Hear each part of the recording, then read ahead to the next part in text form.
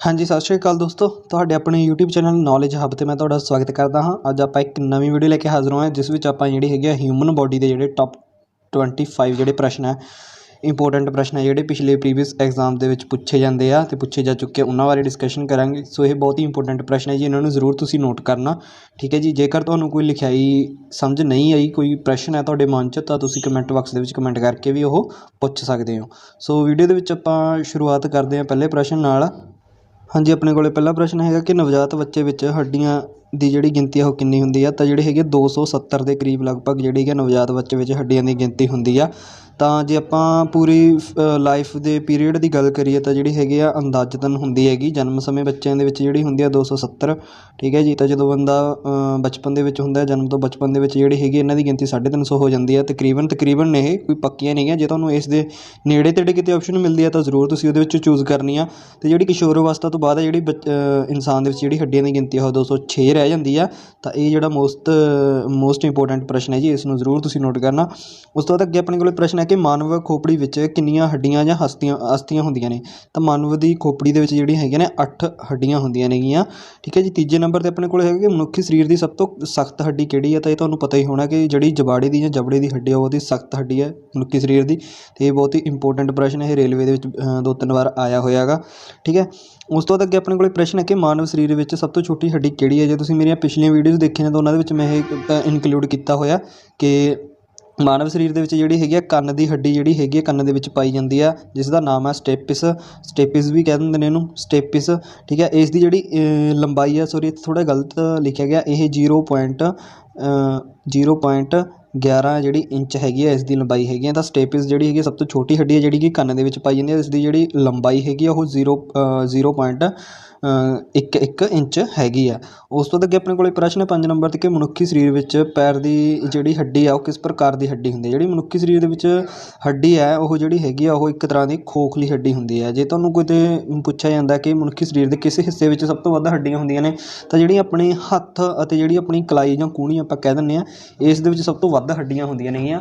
ठीक है जी, मनुखी शरीर दे विच जिहड़ी हैगी हत्थ अते कलाई दे विच सब तो वध हड्डियां हुंदियां ने। तकरीबन 58 हड्डियां जिहड़ियां हैगियां ने इकल्ले हत्थ अते कलाई दे विच हुंदियां ने, जिन्हां विच ਉਂਗਲਾਂ हो गईयां, अंगूठे हो गए, होर बहुत हड्डियां हुंदियां ने जिहड़ियां कि अपने हत्थां नूं जिहड़ी हैगी है कि ਵੱਖ-ਵੱਖ काम करन दे विच सहाई हुंदियां नेगियां। ठीक है, उस तो बाद अगे अपने कोल 6 नंबर ते प्रश्न बनदा कि बजुर्ग अवस्था विच हड्डियां कमज़ोर क्यों हो जांदियां ने। आपां अक्सर ही कह दिंदे कि कैल्शियम की घाट है, जिस करके जिहड़ा हैगा बजुर्ग बंदे दी जिहड़ियां हैगियां ने हड्डियां वो कमज़ोर हो जांदियां ने। तो कैल्शियम की घाट करके जिहड़ी हैगियां ने बजुर्ग अवस्था विच हड्डियां कमज़ोर हो जांदियां ने। 7 नंबर पर अपने को है कि सर्वाधिक अधिक मात्रा जिहड़ी हैगी है, सर्वाधिक अधिक मात्रा जिहड़ी हैगी हड्डियां विच किस चीज़ की हुंदी है, हड्डियां विच किस चीज़ की मात्रा जिहड़ी वो सब तो ज़्यादा हुंदी है। तो कैल्शियम फास्फेट है जिहड़ा हड्डियां दे विच भरपूर मात्रा दे विच पाया जांदा। तो जदों ये कैल्शियम फास्फेट घट जांदा तो घाट कारण जिहड़ी हैगियां हड्डियां कमज़ोर होणियां स्टार्ट हो जांदियां ने। उस तो बाद अगे अपने कोल 8 नंबर पर प्रश्न है कि मनुखी जीवन विच किन्ने दंद 2 बार विकसित होंदे ने। तो तकरीबन जिहड़े हैगे 20 दंद ने जिहड़े मनुखी जीवन काल दे विच 2 बार जिहड़े वो टुट के दोबारे नवे आउंदे 20 दंद। ठीक है जी, दंदां दी गिनती 20 है। उस तो बाद अगे अपने कोल 9 नंबर पर प्रश्न है कि मानव शरीर विच जिहड़ी पाचन क्रिया वो शुरू कित्तों हुंदी है। तो जिहड़ी मानव शरीर दे विच जिहड़ी पाचन क्रिया वो मूँह तो शुरू हुंदी है, मुख तो शुरू हुंदी है, क्योंकि मूँह दे विच जिहड़ा हैगा एक एसिड तैयार हुंदा वा जिसनूं आपां लार कह दिंदे आ। लार दे विच एक एसिड पाया जांदा, वो तुहानूं मैं अगे प्रश्न इनकलूड कीते उहदे विच दस्सूंगा। तो जिहड़ी हैगी मानव शरीर विच जिहड़ी पचन की प्रक्रिया वो मूँह दे विचों ही शुरू होण लग जांदी है। तो उस तो अगे 10 नंबर पर प्रश्न है कि मानव शरीर की जिहड़ी पाचन नली है वो किन्ने फुट लंबी हुंदी है। तो जिहड़ी मानव शरीर दे विच जिहड़ी अपनी पाचन नली है वो तकरीबन 32 फुट लंबी हुंदी है तकरीबन। ये तुसीं ये नहीं देखना कि बंदे का एडा कद नहीं हुंदा। तो जिहड़ी अपनी मानव शरीर दे विच जिहड़ी ये अपनी पाचन नली है, ये मूँह तो लैके जिहड़ा अपना अगे पाचन क्रिया हुंदी है, जिथे अपने ढिड दे विच इदां इदां करके वो बने हुंदे हैगे। ठीक है, छोटियां तो वड्डियां उन्हां नूं विच इनकलूड करके है। सो ये बहुत ही उलझनदार ते भलेवेदार हुंदी है, जिस करके इसकी जिहड़ी लंबाई है वो तकरीबन आम शरीर दे विच जिहड़ी हैगी है नॉर्मल शरीर दे विच 32 फुट तकरीबन पाई जाती है। उस तो अगे अपने कोल प्रश्न है कि दुੱਧ नूं पचाउण वाला किहड़ा एंजाइम है। ठीक है जी, दुੱਧ दा जिहड़ा प्रोटीन उहनूं पचाउण दे लई किहड़ा एंजाइम है। तो जिहड़ा हैगा रैनीन जिहड़ा एंजाइम है वो अपनी हैल्प करदा है, रैनीन एंजाइम। उस तो 12 नंबर के प्रश्न अपने को है कि अधिकतम पोषक तत्व खून विच कित्थों लए जाते हैं। जिहड़ा अधिकतम पोषक तत्व खून दे विच वो छोटी आंत तो लए जाते हैं। हाँ जी, अगे प्रश्न अपने को 13 नंबर पर अपने को बनता वा कि लार विच किहड़ा एंजाइम है जिहड़ा सब तो वध पाया जाता है। तो लार दे विच जिहड़ा हैगा टाइलिन ਜਿਹੜਾ ਹੈਗਾ ਆਪਣਾ ਐਂਜ਼ਾਈਮ ਉਹ ਪਾਇਆ ਜਾਂਦਾ, ਜਿਹੜਾ ਕਿ ਸਟਾਰਚ ਜਿਹੜਾ ਪਚਣ ਦੇ ਵਿੱਚ ਸਹਾਇਕ ਹੁੰਦਾ। ਤੁਹਾਨੂੰ ਮੈਂ ਆਖਿਆ ਸੀਗਾ ਲਾਰ ਦੇ ਵਿੱਚ ਇੱਕ ਐਂਜ਼ਾਈਮ ਪਾਇਆ ਜਾਂਦਾ, ਐਸਿਡ ਪਾਇਆ ਜਾਂਦਾ, ਜਿਸ ਨੂੰ ਆਪਾਂ ਜਿਹੜਾ ਹੈਗਾ ਟਾਈਲਿਨ ਜਿਹੜਾ ਹੈਗਾ ਐਸਿਡ ਦੇ ਨਾਮ ਨਾਲ, ਐਂਜ਼ਾਈਮ ਦੇ ਨਾਮ ਨਾਲ ਜਾਣਦੇ ਹਾਂ। ਅਤੇ ਜਿਹੜਾ ਫਸਟ ਸਟੈਪ ਹੈ ਇਹੀ ਕੰਪਲੀਟ ਕਰਦਾ ਪਾਚਨ ਪ੍ਰਕਿਰਿਆ ਦੇ ਵਿੱਚ। ਫਸਟ ਸਟੈਪ ਹੈ ਜਿਹੜਾ ਉਹ ਮੂੰਹ ਦੇ ਵਿੱਚ ਲਾਰ ਹੀ ਜਿਹੜੀ ਹੈਗੀ ਲਾਰ ਤੋਂ ਹੀ ਸ਼ੁਰੂ ਪਚਨ ਪ੍ਰਕਿਰਿਆ ਹੁੰਦੀ ਹੈ। ਅਤੇ ਲਾਰ ਦੇ ਵਿੱਚ ਜਿਹੜਾ ਐਂਜ਼ਾਈਮ ਪਾਇਆ ਜਾਂਦਾ ਉਹ ਟਾਈਲਿਨ ਐਂਜ਼ਾਈਮ ਪਾਇਆ ਜਾਂਦਾ, ਜਿਹੜਾ ਕਿ ਸਟਾਰਚ ਦੀ ਪਚਨ ਵਿੱਚ ਸਹਾਇਤਾ ਕਰਦਾ ਵਾ। ਠੀਕ ਹੈ ਜੀ। ਉਸ ਤੋਂ ਬਾਅਦ ਅੱਗੇ ਆਪਣੇ ਕੋਲ ਪ੍ਰਸ਼ਨ ਹੈ ਕਿ ਪਿੱਤ ਦੁਆਰਾ ਪੈਦਾ ਕੀਤਾ ਜਾਣ ਵਾਲਾ ਜਿਹੜਾ ਪਿੱਤ ਕਿਸ ਦੁਆਰਾ ਪੈਦਾ ਕੀਤਾ ਜਾਂਦਾ? ਤਾਂ ਜਿਹੜਾ ਪਿੱਤ ਹੈਗਾ ਇਹ ਲੀਵਰ ਜਾਂ ਜਿਗਰ ਦੇ ਦੁਆਰਾ ਪੈਦਾ ਕੀਤਾ ਜਾਂਦਾ, ਅਤੇ ਇਹ ਜਿਹੜਾ ਹੈਗਾ ਪਿੱਤਰ ਦੇ ਵਿੱਚ ਜਿਹੜਾ ਹੈਗਾ ਇਹ ਸਟੋਰ ਹੁੰਦਾ। ਅਤੇ ਸਰੀਰ ਦੇ ਵਿੱਚ ਇੱਕ ਪਿੱਤਰ ਹੁੰਦਾ, ਪਿੱਤਰ ਦੇ ਵਿੱਚ ਇਹ ਸਟੋਰ ਹੁੰਦਾ ਅਤੇ ਇਹਨੂੰ ਬਣਾਉਂਦਾ ਹੈਗਾ ਲੀਵਰ ਜਾਂ ਜਿਗਰ ਆਪਾਂ ਕਹਿੰਦੇ ਹਾਂ ਜਿਹਨੂੰ। 15 ਨੰਬਰ 'ਤੇ ਪ੍ਰਸ਼ਨ ਹੈ ਕਿ ਦੰਦ ਅਤੇ ਹੱਡੀਆਂ ਵਿੱਚ ਪਾਇਆ ਜਾਣ ਵਾਲਾ ਪਦਾਰਥ ਕਿਹੜਾ ਹੈ? ਅਤੇ ਦੰਦ ਅਤੇ ਹੱਡੀਆਂ ਦੇ ਵਿੱਚ ਜਿਹੜਾ ਹੈਗਾ ਜ਼ਿਆਦਾਤਰ ਪਦਾਰਥ ਹੈ ਜਿਹੜਾ ਉਹ ਕੈਲਸ਼ੀਅਮ ਜਾਂ ਫਾਸਫੋਰਸ ਪਾਇਆ ਜਾਂਦਾ ਵਾ। ਕੈਲਸ਼ੀਅਮ ਹੱਡੀਆਂ ਦੇ ਵਿੱਚ, ਫਾਸਫੋਰਸ ਹੈਗਾ ਜਿਹੜਾ ਦੰਦਾਂ ਦੇ ਵਿੱਚ, ਅਤੇ ਦੋਨਾਂ ਦੇ ਵਿੱਚ ਇਨਕਲੂਡ ਕਰਕੇ ਜਿਹੜਾ ਹੈਗਾ ਕੈਲਸ਼ੀਅਮ ਫਾਸਫੋਰਸ ਜਿਹੜਾ ਉਹ ਦੰਦਾਂ ਅਤੇ ਹੱਡੀਆਂ ਦੇ ਵਿੱਚ ਪਾਇਆ ਜਾਂਦਾ ਵਾ। 16 ਨੰਬਰ 'ਤੇ ਆਪਣੇ ਕੋਲ ਪ੍ਰਸ਼ਨ ਹੈ ਕਿ ਹੱਡੀਆਂ ਅਤੇ ਮਾਸਪੇਸ਼ੀਆਂ ਨੂੰ ਆਪਸ ਵਿੱਚ ਕੌਣ ਜੋੜਦਾ? ਤਾਂ ਜਿਹੜਾ ਆਪਣਾ ਇੱਕ ਟੈਂਡਨ ਹੁੰਦਾ ਜਿਹਨੂੰ ਆਪਾਂ ਹੱਡੀ ਬੰਧਕ ਵੀ ਕਹਿ ਦਿੰਦੇ ਹਾਂ, ਹੱਡੀ ਬੰਧਕ। ਠੀਕ ਹੈ ਜੀ। ਟੈਂਡਨ ਹੈਗਾ ਜਿਹੜਾ ਉਹ ਹੱਡੀਆਂ ਅਤੇ ਮਾਸਪੇਸ਼ੀਆਂ ਨੂੰ ਆਪਸ ਦੇ ਵਿੱਚ ਜੋੜਨ ਦਾ ਜਿਹੜਾ ਕੰਮ ਕਰਦਾ ਵਾ। ਉਸ ਤੋਂ ਬਾਅਦ 17 ਨੰਬਰ 'ਤੇ ਹੈਗਾ ਕਿ ਪਾਚਨ ਤੰਤਰ ਕਿਸ ਦਾ ਪਾਚਨ ਤੰਤਰ ਦਾ ਹਿੱਸਾ ਇਹਨਾਂ ਦੇ ਵਿੱਚੋਂ ਕਿਹੜਾ ਨਹੀਂ ਹੈ? 17 ਨੰਬਰ 'ਤੇ ਆਪਾਂ ਤੁਹਾਨੂੰ ਆਪਸ਼ਨ ਰੱਖੀਆਂ ਨੇ, ਤੁਸੀਂ ਨੇ ਚੂਜ਼ ਕਰਨਾ ਕਿ ਜਿਹੜਾ ਪਾਚਨ ਆਪਣੀ ਪ੍ਰਕਿਰਿਆ ਪਾਚਨ ਸਿਸਟਮ ਹੈ ਉਹਦੇ ਵਿੱਚ ਜਿਹੜਾ ਇਹਨਾਂ ਦੇ ਵਿੱਚੋਂ ਜਿਹੜਾ ਹੈਗਾ ABCD ਦੇ ਵਿੱਚੋਂ ਕਿਹੜਾ ਉਸਦਾ ਇੱਕ ਹਿੱਸਾ ਨਹੀਂ ਹੈ। ਠੀਕ ਹੈ ਜੀ। ਲੀਵਰ ਇਹ ਵੀ ਪਾਚਨ ਤੰਤਰ ਦਾ ਇੱਕ ਹਿੱਸਾ ਹੈ। ਪਿਤਾਸ ਇਹ ਵੀ ਪਾਚਨ ਤੰਤਰ ਦਾ ਇੱਕ ਹਿੱਸਾ ਹੈ। ਪਿਤਾਸ ਜਿਹੜਾ ਪਿੱਤਾ ਆਪਣਾ ਜਿਹੜਾ ਜਿਗਰ ਪਿੱਤ ਬਣਾਉਂਦਾ ਹੈਗਾ ਤਾਂ ਉਹ ਪਿਤਾਸ ਦੇ ਵਿੱਚ ਸੇਵ ਹੁੰਦਾ।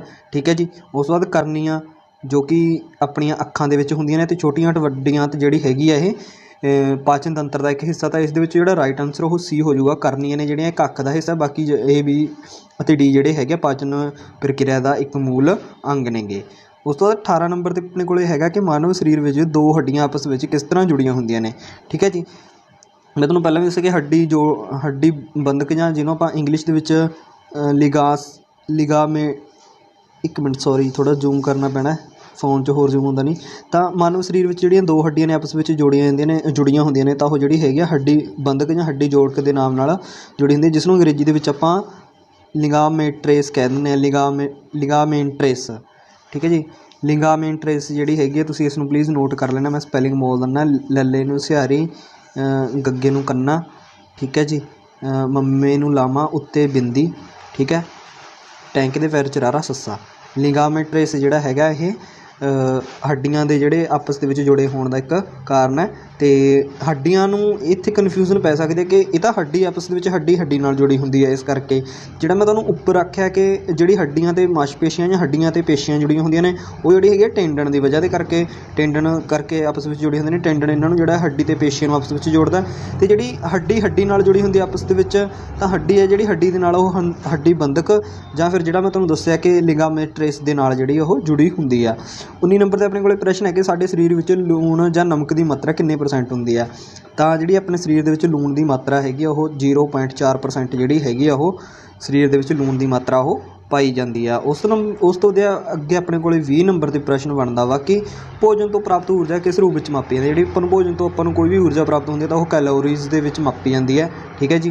ਅਤੇ ਜਿਹੜੀ ਆਪਾਂ ਨੂੰ ਭੋਜਨ ਤੋਂ ਪ੍ਰਾਪਤ ਊਰਜਾ ਹੁੰਦੀ ਹੈ ਉਹ ਕੈਲੋਰੀਜ਼ ਦੇ ਵਿੱਚ ਜਿਹੜੀ ਹੈਗੀ ਆ ਕਾਊਂਟ ਹੁੰਦੀ ਆ, ਮਾਪੀ ਜਾਂਦੀ ਆ। 21 ਨੰਬਰ 'ਤੇ ਆਪਣੇ ਕੋਲ ਪ੍ਰਸ਼ਨ ਹੈਗਾ ਕਿ ਸਿਰੋਸਿਸ ਰੋਗ ਮਾਨਵ ਸਰੀਰ ਦੇ ਕਿਸ ਅੰਗ ਨੂੰ ਪ੍ਰਭਾਵਿਤ ਕਰਦਾ? ਜਿਹੜਾ ਸਿਰੋਸਿਸ ਰੋਗ ਹੈ ਇਹ ਜਿਹੜਾ ਹੈਗਾ ਮਾਨਵ ਸਰੀਰ ਦੇ ਜਿਗਰ ਜਾਂ ਲੀਵਰ ਨੂੰ ਪ੍ਰਭਾਵਿਤ ਕਰਦਾ।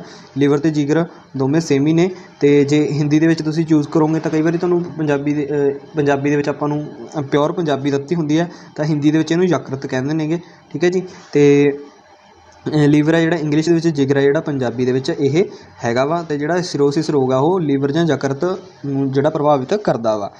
ਹਾਂਜੀ। ਆਪਣੇ ਕੋਲ 22 ਨੰਬਰ 'ਤੇ ਜਿਹੜਾ ਆਪਣੇ ਕੋਲ ਪ੍ਰਸ਼ਨ ਹੈਗਾ ਵਾ, 22 ਨੰਬਰ 'ਤੇ ਆਪਣੇ ਕੋਲ ਪ੍ਰਸ਼ਨ ਹੈ ਕਿ ਮਾਨਵ ਦੀ ਜਿਹੜੀ ਤਵਚਾ ਹੁੰਦੀ ਹੈ ਜਿਹਨੂੰ ਆਪਾਂ ਸਕਿਨ ਕਹਿ ਦਿੰਦੇ ਹਾਂ, ਮਾਨਵ ਦੀ ਜਿਹੜੀ ਸਕਿਨ ਹੈ ਉਸ ਦੀ ਜਿਹੜੀ ਸਭ ਤੋਂ ਬਾਹਰੀ ਪਰਤ ਹੈ ਉਸ ਨੂੰ, ਬਾਹਰੀ ਹਿੱਸੇ ਨੂੰ ਆਪਾਂ ਕੀ ਕਹਿ ਦਿੰਦੇ ਹਾਂ? ਤਾਂ ਜਿਹੜਾ ਮਾਨਵ ਸਰੀਰ ਦੇ ਤਵਚਾ ਦਾ ਜਿਹੜਾ ਬਾਹਰੀ ਹਿੱਸਾ ਉਸ ਨੂੰ ਐਪੀਡਰਮਿਸ ਕਿਹਾ ਜਾਂਦਾ ਹੈ। ਐਪੀਡਰਮਿਸ। ਠੀਕ ਹੈ ਜੀ। ਐਪੀਡਰਮਿਸ ਕਹਿ ਦਿੰਦੇ ਨੇ ਇਹਨੂੰ, ਐਪੀਡਰਮਿਸ। ਇਹਨੂੰ ਜ਼ਰੂਰ ਤੁਸੀਂ ਨੋਟ ਕਰਨਾ। ਸਪੈਲਿੰਗ ਤੁਹਾਡੇ ਕੋਲ ਇਹ ਤਾਂ ਮੇਰੇ ਖਿਆਲ ਨਾਲ ਸਮਝ ਆ ਜਾਣਗੇ ਕਿਉਂਕਿ ਸੋਹਣੇ ਲਿਖੇ ਹੋਏ ਆ। ਐਪੀਡਰਮਿਸ ਜਿਹੜਾ ਹੈਗਾ ਇਸ ਨੂੰ ਕਹਿ ਦਿੰਦੇ ਆ। 23 ਨੰਬਰ 'ਤੇ ਆਪਣੇ ਕੋਲ ਪ੍ਰਸ਼ਨ ਬਣਦਾ ਵਾ ਕਿ ਮਨੁੱਖੀ ਦਿਮਾਗ ਦਾ ਵਜ਼ਨ ਹੈ ਜਿਹੜਾ ਉਹ ਕਿੰਨਾ ਹੁੰਦਾ। ਤਾਂ ਮਨੁੱਖੀ ਦਿਮਾਗ ਦਾ ਜਿਹੜਾ ਹੈਗਾ ਇੱਕ ਨੋਰਮਲ ਜਿਹੜਾ ਆਦਮੀ ਆ, ਤੰਦਰੁਸਤ ਸਿਹਤਮੰਦ ਆਦਮੀ ਆ, ਉਸਦੇ ਸਰੀਰ ਦੇ ਜਿਹੜਾ ਹੈਗਾ ਕੁੱਲ ਵਜ਼ਨ ਦਾ 2% ਜਿਹੜਾ ਹਿੱਸਾ ਹੈਗਾ, ਸਰੀਰ ਦੇ ਕੁੱਲ ਵਜ਼ਨ ਦਾ ਜਿਹੜਾ ਹੈਗਾ 2% ਹਿੱਸਾ ਜਿਹੜਾ ਦਿਮਾਗ ਦਾ ਵਜ਼ਨ ਹੁੰਦਾ। ਅਤੇ ਔਸਤਨ ਜਿਹੜਾ ਹੈਗਾ ਇਸ ਦਾ ਗ੍ਰਾਮਾਂ ਦੇ ਵਿੱਚ ਵਜ਼ਨ ਪੁੱਛਿਆ ਜਾਵੇ ਤਾਂ 1350 ਗ੍ਰਾਮ ਜਿਹੜਾ ਹੈਗਾ ਨੋਰਮਲ ਜਿਹੜਾ ਹੈਗਾ ਵਿਅਕਤੀ ਦੇ ਦਿਮਾਗ ਦਾ ਵਜ਼ਨ ਜਿਹੜਾ ਹੁੰਦਾ 1350 ਗ੍ਰਾਮ ਨੋਰਮਲ ਜਿਹੜਾ ਆਪਣਾ ਇਨਸਾਨ ਹੁੰਦਾ ਵਾ। ਉਸ ਤੋਂ ਬਾਅਦ ਅੱਗੇ ਆਪਣੇ ਕੋਲ 24 ਨੰਬਰ 'ਤੇ ਪ੍ਰਸ਼ਨ ਹੈ ਕਿ ਮਾਨਵ ਫੇਫੜਿਆਂ ਵਿੱਚ ਕਿੰਨੀਆਂ ਕੋਸ਼ਿਕਾਵਾਂ ਹੁੰਦੀਆਂ ਨੇ। ਤਾਂ ਜਿਹੜੀਆਂ 300 ਮਿਲੀਅਨ ਕੋਸ਼ਿਕਾਵਾਂ ਨੇ ਜਿਹੜੀਆਂ ਮਾਨਵ ਦੇ ਫੇਫੜਿਆਂ ਦੇ ਵਿੱਚ, ਇੱਕ ਤੰਦਰੁਸਤ ਜਿਹੜਾ ਨੋਰਮਲ ਆਦਮੀ ਹੈ ਮਨੁੱਖ, ਉਹਦੇ ਜਿਹੜੇ ਸਰੀਰ ਦੇ ਵਿੱਚ ਜਿਹੜੇ ਫੇਫੜੇ ਹੁੰਦੇ ਆ, ਉਹਦੀਆਂ ਫੇਫੜੇ ਦੀਆਂ ਕੋਸ਼ਿਕਾਵਾਂ ਨੇ ਜਿਹੜੀਆਂ 300 ਮਿਲੀਅਨ ਦੇ ਕਰੀਬ ਉਹ ਹੁੰਦੀਆਂ ਨੇਗੀਆਂ। ਉਸ ਤੋਂ ਬਾਅਦ ਆਪਣੇ ਕੋਲ 25 ਨੰਬਰ 'ਤੇ ਪ੍ਰਸ਼ਨ ਬਣਦਾ ਵਾ ਕਿ ਸੌਣ ਸਮੇਂ ਲਹੂ ਦਬਾਅ ਵਿੱਚ ਕੀ ਪਰਿਵਰਤਨ ਆਉਂਦਾ। ਜਦੋਂ ਆਪਾਂ ਸੁੱਤੇ ਹੁੰਦੇ ਹਾਂ ਤਾਂ ਆਪਣੇ ਜਿਹੜੇ ਲਹੂ ਦੇ ਦਬਾਅ ਦੀ ਜਿਹੜੀ ਮਾਤਰਾ ਹੈ BP ਆਪਣਾ ਜਿਹੜਾ ਉਹ ਘੱਟ ਹੁੰਦਾ ਨੋਰਮਲ ਜਿਹੜਾ ਆਪਣਾ ਜਾਗਣ ਦੇ ਟਾਈਮ ਨਾਲੋਂ, ਠੀਕ ਹੈ ਜੀ। ਅਤੇ ਉਸ ਤੋਂ ਬਾਅਦ 26 ਨੰਬਰ 'ਤੇ ਜਿਹੜਾ ਪ੍ਰਸ਼ਨ ਹੈ ਤੁਸੀਂ ਨੇ ਕਮੈਂਟ ਬਾਕਸ ਦੇ ਵਿੱਚ ਕਮੈਂਟ ਕਰਕੇ ਛੱਡਣਾ, ਠੀਕ ਹੈ ਜੀ। ਤੰਦਰੁਸਤ ਮਨੁੱਖੀ ਸਰੀਰ ਵਿੱਚ ਖੂਨ ਦੀ ਜਿਹੜੀ ਮਾਤਰਾ ਉਹ ਕਿੰਨੀ ਹੁੰਦੀ ਹੈ, ਇਹ ਤੁਸੀਂ ਨੇ ਚੂਜ਼ ਕਰਨਾ। ਇਹ ਆਪਣੇ ਕੋਲ ਸਰੀਰ ਦੇ ਵਜ਼ਨ ਦਾ 10%, B ਆਪਣੇ ਕੋਲ ਸਰੀਰ ਦੇ ਵਜ਼ਨ ਦਾ 7%, C ਆਪਣੇ ਕੋਲ ਸਰੀਰ ਦੇ ਵਜ਼ਨ ਦਾ 25% ਜਾਂ D ਆਪਣੇ ਕੋਲ ਸਰੀਰ ਦੇ ਵਜ਼ਨ ਦਾ 5%। ਇਹ ਪ੍ਰਸ਼ਨ ਇਹ ਆਨਸਰ ਹੈ ਜਿਹੜਾ ਤੁਸੀਂ ਕਮੈਂਟ ਬਾਕਸ ਦੇ ਵਿੱਚ ਕਮੈਂਟ ਕਰ ਦੇਣਾ। ਅਤੇ ਆਈ ਹੋਪ ਤੁਹਾਨੂੰ ਵੀਡੀਓ ਚੰਗੀ ਲੱਗੀ ਹੋਊਗੀ। ਪਲੀਜ਼ ਵਿੱਚ 1-2 ਪ੍ਰਸ਼ਨ ਇੱਦਾਂ ਦੇ ਜਿਨ੍ਹਾਂ ਨੂੰ ਮੈਨੂੰ ਬੋਲਣ ਵੇਲੇ ਥੋੜ੍ਹੀ ਜਿਹੀ ਦਿੱਕਤ ਆ ਜਾਂਦੀ ਹੈ, ਠੀਕ ਹੈ। ਪੰਜਾਬੀ ਤਾਂ ਆਪਾਂ ਨੋਰਮਲੀ ਬੋਲ ਲੈਂਦੇ ਬਟ ਜਿਹੜੇ ਕੁਛ ਵਰਡ ਪੰਜਾਬੀ ਦੇ ਵਿੱਚ ਲਿਖਦੇ ਆ ਉਹਨਾਂ ਨੂੰ ਥੋੜ੍ਹਾ ਬੋਲਣ 'ਚ ਦਿੱਕਤ ਆ ਜਾਂਦੀ ਹੈ। ਪਲੀਜ਼ ਤੁਸੀਂ ਇਸ ਚੀਜ਼ ਨੂੰ ਅੰਡਰਸਟੈਂਡ ਜ਼ਰੂਰ ਕਰਨਾ। ਅਤੇ ਕਮੈਂਟ ਬਾਕਸ ਦੇ ਵਿੱਚ ਜ਼ਰੂਰ ਤੁਸੀਂ ਮੇਰੀ ਜੇ ਕੋਈ ਗਲਤੀ ਹੁੰਦੀ ਹੈ ਉਹ ਵੀ ਤੁਸੀਂ ਦੱਸ ਦਿਆ ਕਰੋ ਤਾਂ ਕਿ ਮੈਨੂੰ ਪਤਾ ਲੱਗੇ ਹੈ ਨਾ ਵੀ ਮੈਂ ਕਿੱਥੇ ਗਲਤ ਹਾਂ। ਅਤੇ ਮੈਂ ਕੋਸ਼ਿਸ਼ ਕਰਦਾ ਇਸ ਤੋਂ ਵਧੀਆ ਜਿਹੜੇ ਹੈਗੇ ਆ ਨੌਲੇਜੇਬਲ ਗੱਲਾਂ ਤੁਹਾਡੇ ਨਾਲ ਜਿਹੜੇ ਹੈਗੇ ਇੱਕ ਵੀਡੀਓ ਦੇ ਰੂਪ ਵਿੱਚ ਲੈ ਕੇ ਆਵਾਂ।